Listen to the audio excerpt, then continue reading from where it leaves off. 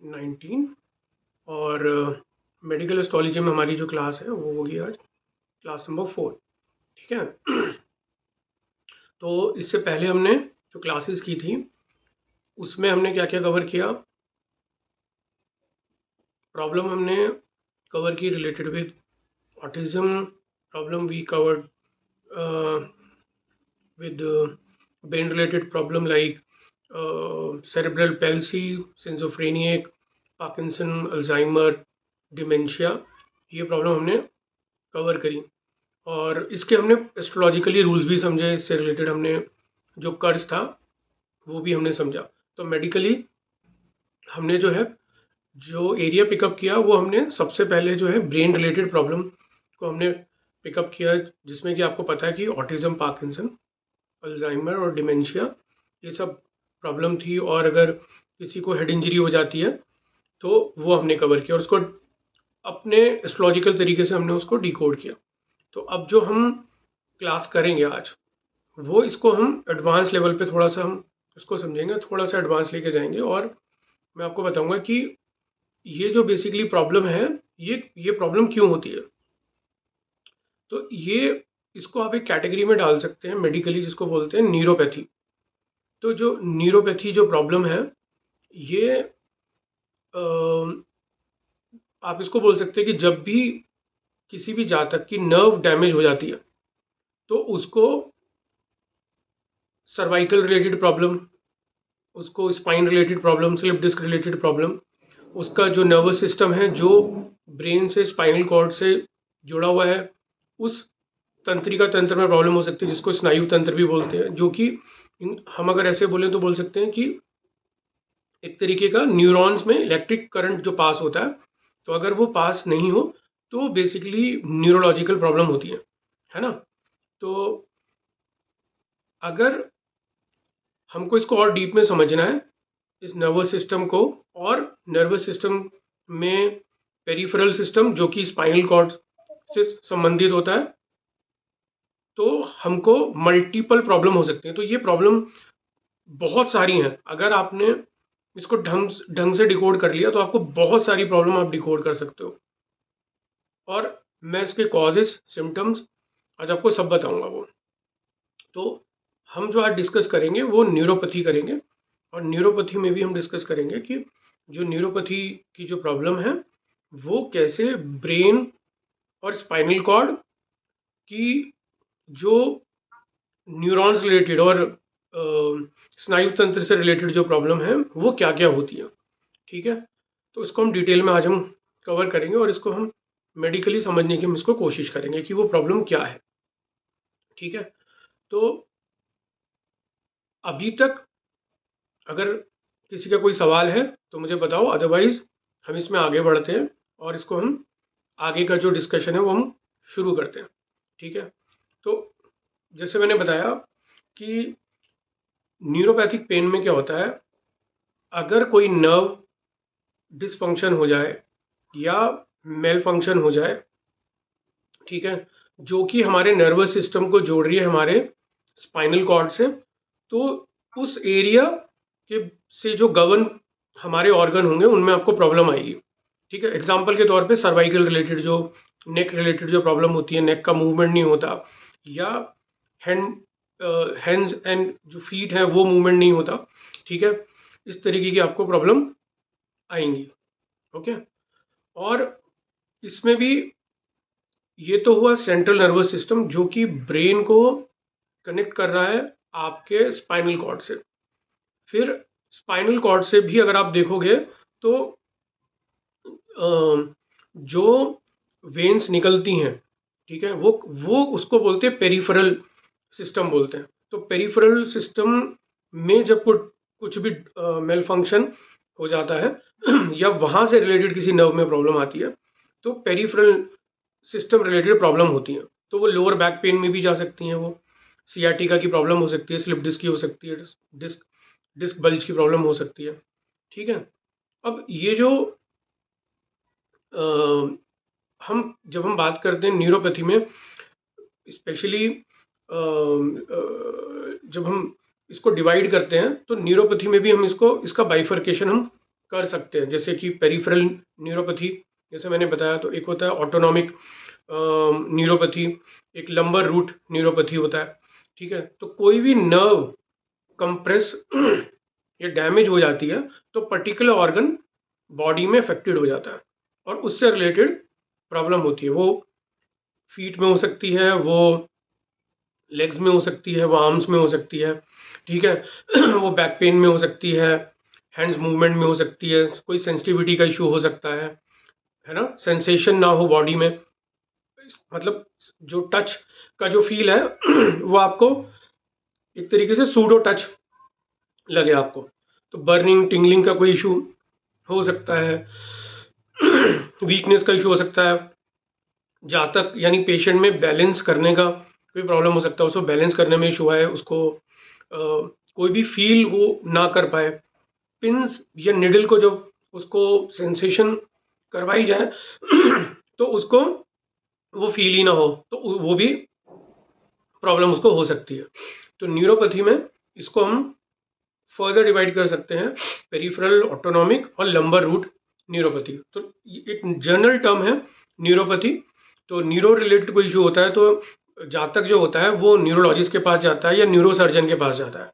ठीक है, तो आपको अगर डायग्नोज करना सीखना है अकॉर्डिंग टू एस्ट्रोलॉजी, तो अगर आपको प्रॉब्लम को डिकोड करना है तो आपको जो है ना उसके रूट कॉज में जाना पड़ेगा, ताकि आप क्लाइंट को बता सकें कि ये प्रॉब्लम तो है और ये प्रॉब्लम किस वजह से है। मतलब कोशिश करो जहाँ तक को आप रूट कॉज भी बता लो, तब तो आपको क्लाइंट को आपके ऊपर कॉन्फिडेंस आएगा।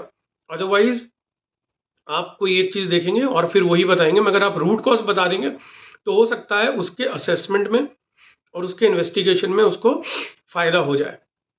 जब वो डॉक्टर, क्योंकि अगर आप सही डॉक्टर के पास नहीं भेजोगे तो वो तो उसका तो टाइम खराब होगा।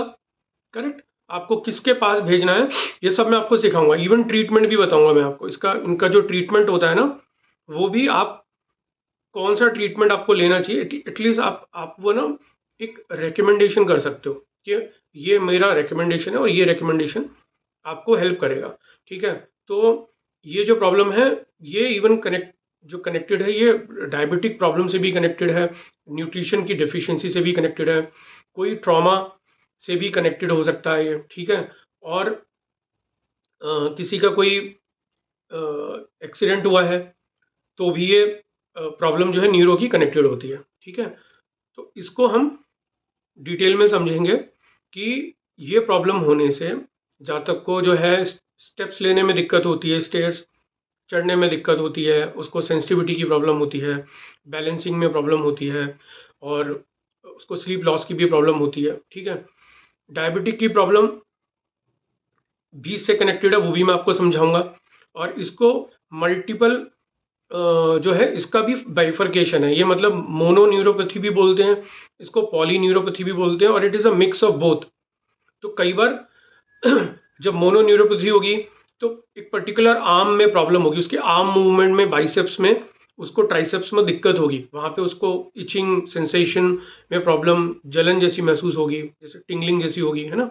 और पॉली न्यूरोपैथी में हो सकता है दोनों हैंड्स में भी हो और लेग्स में भी हो। तो आपको अगर ये देखना आ गया तो आप इवन प्रॉब्लम भी बता सकते हैं, प्रॉब्लम का रूट कॉज भी बता सकते हैं। ठीक है, तो ये प्रॉब्लम हाथों में सेंसेशन के रूप में हो सकती है, जलन के रूप में, टिंगलिंग के रूप में, और सेम चीज़ वही डुप्लीकेट प्रॉब्लम वही कहाँ पे, पैरों में भी जा सकती है। ठीक है, और वहाँ का भी देखने का तरीका अलग है, बट मोस्टली नमनेस की प्रॉब्लम है ये, और ये प्रॉब्लम जो है नर्व रिलेटेड है। ठीक है, तो ये जो एरिया है ना नर्व का, ये बहुत बड़ा है। अगर आपने इस पूरे एरिया को समझ लिया तो आप कम से कम, विश्वास मानिए, आप 40 से 50 मेडिकल डिसीज आप प्रिडिक्ट कर सकते हो एडवांस में, और उसका सोल्यूशन भी बता सकते हो, मेडिकल साइंस वाला भी और अब आयुर्वेदा दोनों बता सकते हो उसको। ठीक है, यहाँ तक anybody has any question? Okay, तो बेसिकली इसमें क्या होगा, जो क्लाइंट है ना, या जो पेशेंट डॉक्टर के पास जा रहा है, उसको चीज़ों को होल्ड करने में दिक्कत आएगी, उसको कोई ग्लास पकड़ने में दिक्कत आएगी उसको, या फिर कोई गरम ग्लास का कोई मतलब कप है ना, उसको वो पकड़ने में दिक्कत आएगी उसको। और जो है उसको, उसकी मतलब बेसिकली जो नमनेस और सेंसेशन का जो प्रॉब्लम है वो सारी मैनिफेस्ट होंगी। ठीक है, तो जो पॉसिबल सिम्टम होते हैं ये न्यूरोपैथी में भी पेरिफेरल न्यूरोपैथी के हैं ये। तो इसमें क्या होगा कि हीट और हाथ के मूवमेंट में दिक्कत होगी उसको, तो नॉर्मल एक्टिविटी जो है वो नहीं कर पाएगा, उसको पेन होगा। ठीक है, उसको उसको हीट जनरेट होगी हाथों में, उसको चीज़ों को पकड़ने में दिक्कत होगी, और या उसके जो फिंगर्स हैं वो बहुत ही मुश्किल से वो मूव कर पाएगा वो। तो इस तरीके से इस सिम्टम से आप पहचान सकते हो क्लाइंट से क्वेश्चनिंग करके कि उसको प्रॉब्लम जो आप देख रहे हो, जो डायग्नोस कर रहे हो, वो एक्चुअल में सही कर रहे हो, और आप उसका जो है उसको निदान भी बहुत हद तक आप उसको सही बता भी दोगे। ठीक है, तो ये जो एरिया है न्यूरोपैथी के, जो इसमें सिम्टम्स हैं, इसमें सेंसरी नर्व डैमेज होंगी तो क्या प्रॉब्लम होगी, अगर उसमें मोटर नर्व डैमेज होगी तो क्या दिक्कत होगी, अगर उसमें ऑटोनॉमिक नर्व डैमेज होगी तो क्या दिक्कत होगी। तो अनयूजुअल सेंसेशन, बर्निंग, टिंगलिंग से लेके उसको पेन, हाथों में नमनेस होना, मसल क्रैम्प होना, या जो इससे बोलते हैं जैसे कि कोई उसके हाथों पैरों पे किसी तरीके का कोई अगर सेंसेशन करने की, या जिसे हाथ में अगर छोटा सा, जैसे बोलते हैं ना, हैमर लेके मारने की कोशिश करेगा तो उसको वहाँ पे सेंसेशन ही फील नहीं होगी, तो ये बेसिकली मोटर नर्व डैमेज के अंदर आता है ये। ठीक है, और इसमें इवन इम्पोटेंसी भी हो जाती है, इरेक्टाइल डिस्फंक्शन की प्रॉब्लम भी होती है, तो ये ऑटोनॉमिक नर्व डैमेज की प्रॉब्लम है इसमें। ठीक है, तो इसमें क्या होगा, बहुत ज़्यादा उसे पसीना भी आएगा, स्वेटिंग होगी एक्सेसिव, उसे चक्कर आएंगे। तो ये तीसरी कैटेगरी है। तो इन जो कैटेगरी है ना, ये आपकी बेसिकली हेल्प करेंगी प्रॉब्लम को समझने में। ऑब्वियसली फर्स्ट तो आपका काम कुंडली में पहले देखना होगा, फिर उसको ये चीज़ें पूछकर आप वैलिडेट करोगे, और फिर आप एक निर्णय पे पहुंचोगे कि मुझे उसको क्या सोल्यूशन भी देना है। क्योंकि हो सकता है कि चार्ट में देख के प्रॉब्लम तो आपने बता दी, बट हो सकता है वो सोल्यूशन में अगर आपसे कुछ एडवाइस भी मांगे तो आप वो एडवाइस भी दे सको उसको, तो वो भी मैं बताऊंगा आपको। Best of the best medical treatment आप क्या दे सकते हो, एज इन अ सजेशन, वो किस डॉक्टर के पास जाए और किस डिपार्टमेंट में जाए, वहाँ पे वो किससे मिले, ये भी आप सजेस्ट कर सकते हो उसको। ठीक है ना, तो जैसे मैंने बोला कि ये 3 तरीके की प्रॉब्लम हो सकती है। सेंसरी नर्व डैमेज की प्रॉब्लम भी हो सकती है, मोटर नर्व डैमेज भी हो सकती है, ऑटोनॉमिक नर्व डैमेज भी हो सकती है, मसल क्रैम्प, नर्व पेन होना, जरा सी हल्का सा कुछ आपने छुआ लाइट डैम टच से ही आपको विजन में प्रॉब्लम भी आ सकती है, मतलब आंखों में भी प्रॉब्लम ये हो सकती है। ठीक है, तो इवन किडनी की problem, diabetic problem, vision problem, ये भी नर्व से जुड़ा है। आपको मतलब मैं बता दूं कि ये प्रॉब्लम भी जो जो है लिमिटेड नहीं है, जो मैंने अब तक बताई है, इट कैन बी एनीवेयर। और जो स्पेसिफिक मैं आपको वो देखना भी बताऊंगा, उसको कैसे कैसे उसको देखते हैं।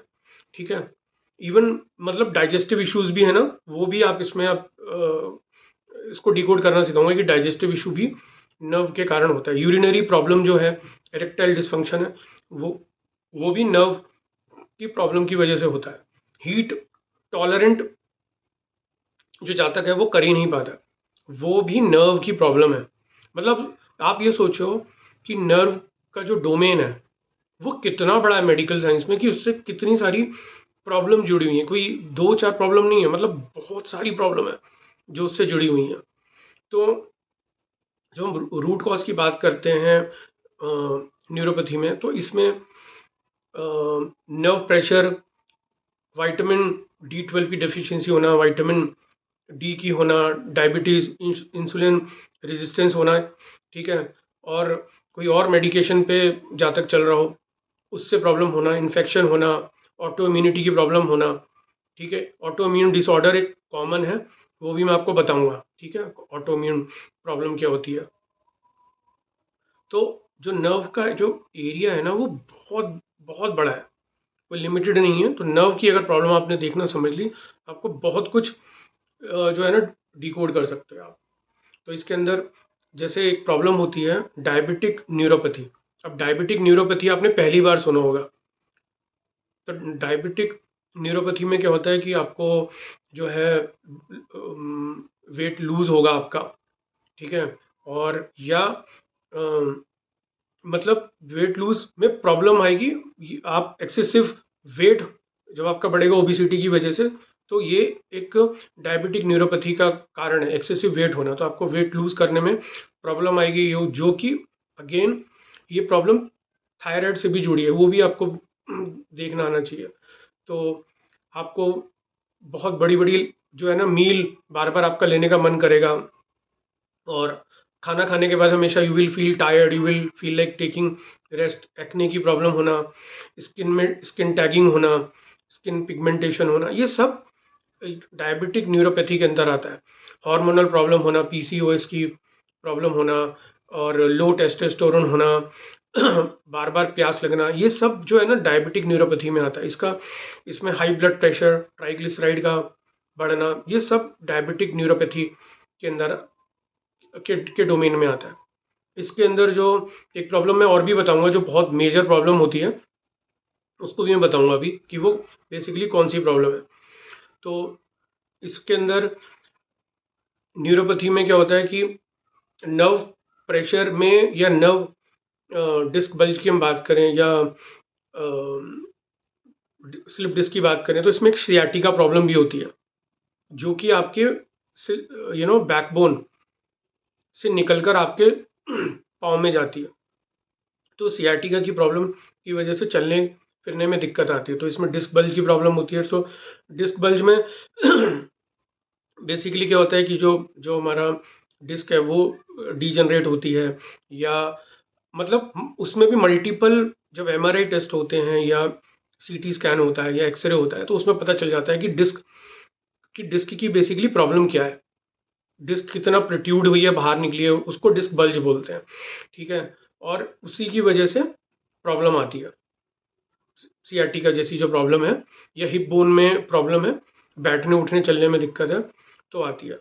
स्लिप डिस्क की प्रॉब्लम भी वही प्रॉब्लम है। तो बेसिकली क्या होता है, जो डिस्क होती है वो रप्चर हो जाती है, ठीक है, तो उसी को स्लिप डिस्क बोलते हैं या डिस्क बल्ज बोलते हैं, ठीक है। अलग अलग मेडिकल टर्म में अगर बहुत डिटेल में पढ़ेंगे तो ही समझ सकते हैं इसको, मगर हमारा मेन जो है इसको एस्ट्रोलॉजिकली मैप करना है, तो वो तो मैं आपको सिखा दूंगा कि उसको कैसे हमें करना है, ठीक है। और अब जैसे कि जो न्यूरोपैथी है वो ब्रेन और स्पाइनल कॉर्ड से हम जो है ना उसको उसको इन्वेस्टिगेट करते हैं कि किस एरिया में कहाँ पे क्या प्रॉब्लम है। तो अगर ब्रेन रिलेटेड प्रॉब्लम तो मैंने आपको पहले बताई थी, जैसे अल्जाइमर है, डिमेंशिया है, पार्किंसन है, एडीएचडी है, ऑटिज्म है ना, ये सब प्रॉब्लम जो है ब्रेन रीजन में आती हैं, मगर कारण जो है ना इनका वो सब न्यूरॉन रिलेटेड ही है, न्यूरो रिलेटेड ही है प्रॉब्लम जो है, ओके। और जब हम बात करते हैं स्पाइन रिलेटेड, तो स्पाइन में इसको माइलोपैथी बोलते हैं। तो वहाँ पे डिफरेंट डिफरेंट प्रॉब्लम आती हैं जो स्पाइनल कॉर्ड से रिलेटेड जो प्रॉब्लम है, ठीक है, जो जहाँ पे हम उसको बोलते हैं बेसिकली जो ब्रेन से स्पाइनल कॉर्ड जो कनेक्टेड है पूरा नर्वस सिस्टम, और फिर जो और फिर स्पाइन से फर्दर आगे कैसे जो न्यूरॉन जो ट्रांसमिट कर रहे हैं, फिर वहाँ से नर्व कंप्रेशन की वजह से और क्या प्रॉब्लम हो सकती है, तो वो भी मैं आपको देखना बताऊंगा।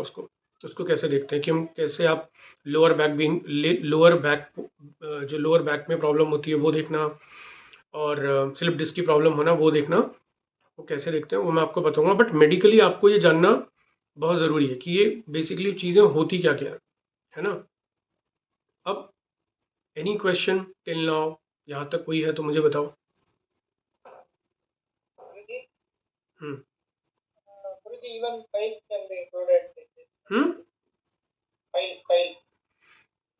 no, piles is not related with Burrows. neuropathy. No, piles is not related with neuropathy.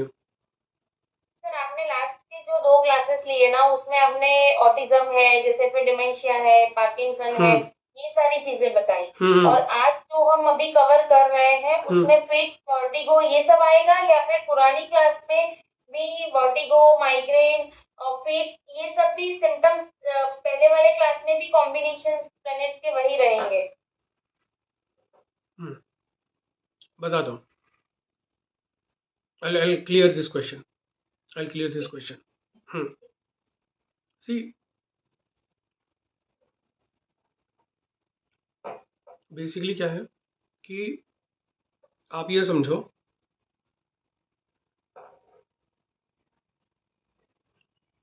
मैं ये बताने की कोशिश कर रहा हूँ कि जितनी भी प्रॉब्लम है ये सब न्यूरोपैथी से रिलेटेड है। आप इसको क्या है ना, आप इसको बाइफरकेट, छोटे छोटे टुकड़ों में देख रहे हो। You are not looking at on a larger scale. आप उसको लार्जर कैनवास पे नहीं देख रहे हो। मैं ये बोल रहा हूँ ये सारी प्रॉब्लम न्यूरोपैथी से रिलेटेड है। आप क्वेश्चन कुछ और पूछ रहे हो और मैं बोल रहा हूँ कि जो हमने पहले किया था it was a part of a neuropathy. However, neuropathy में जो प्रॉब्लम होती है, वो रूट कॉज है। प्रॉब्लम होना वो एक रिजल्ट है, मगर प्रॉब्लम क्यों हो रही है वो न्यूरोपैथी है। तो मैं बोल रहा हूँ आपको कुंडली में रूट कॉज देखना आना चाहिए, मैं वो बोल रहा हूँ आपको, समझे? तो अभी तक मैंने जितना समझाया आप उसको रिलेट करो, ठीक है? मान लो किसी का एक्सीडेंट हुआ, ओके? एक्सीडेंट में क्या हुआ कि स्पाइनल कॉर्ड डैमेज हुई। तो स्पाइनल कॉर्ड डैमेज होती है तो बेसिकली नर्व जो होती है वो डैमेज हो जाती हैं स्पाइनल कॉर्ड में जो होती है, उस वजह से उसका मूवमेंट नहीं हो पाता पेशेंट का, या उसे जातक बोलो, है ना? तो मतलब प्रॉब्लम क्या है? प्रॉब्लम नर्व रिलेटेड है।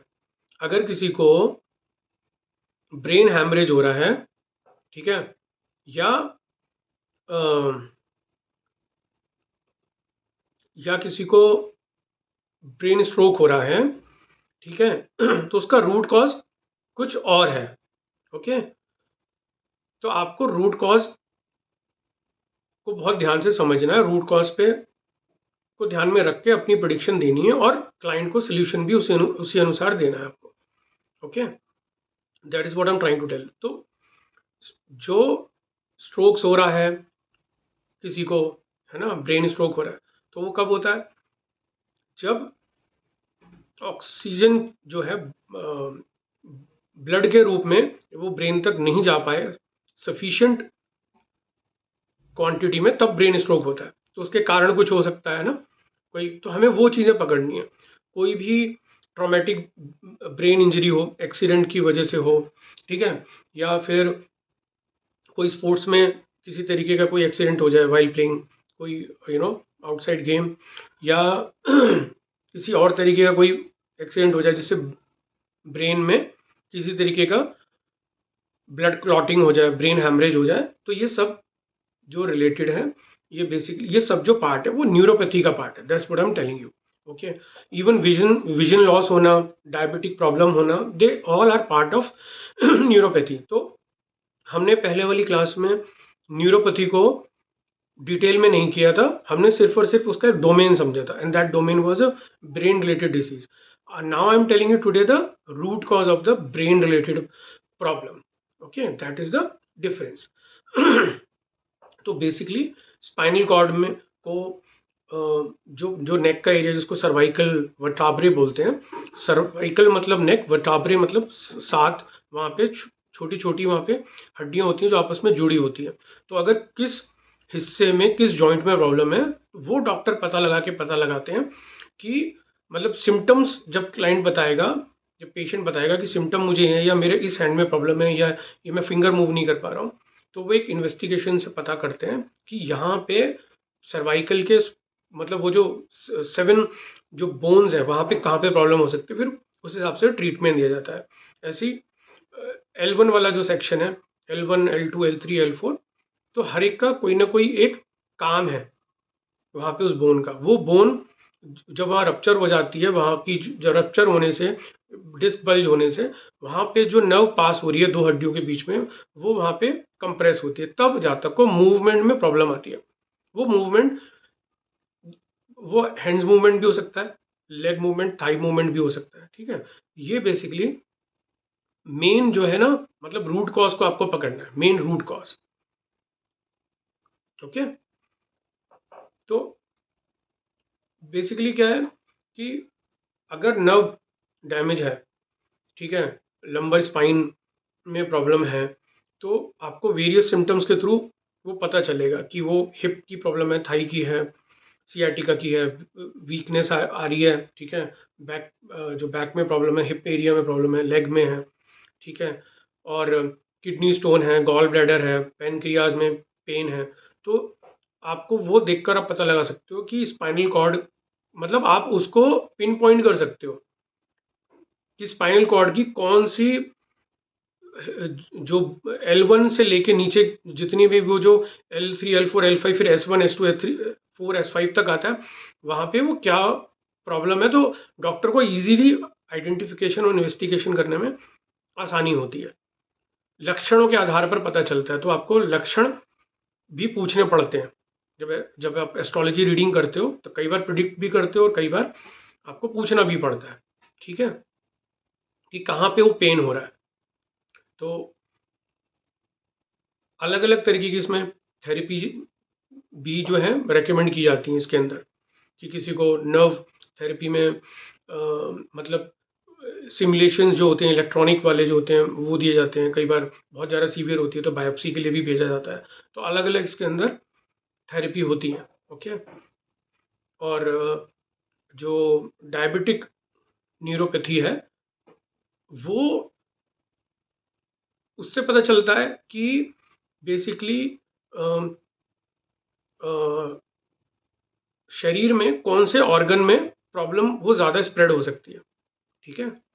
तो डायबिटिक न्यूरोपैथी भी एक एडवांस एक एनालिसिस है, कुंडली में देखना इसको आसान नहीं है, फिर भी मैं सिखाऊंगा आपको। ओके।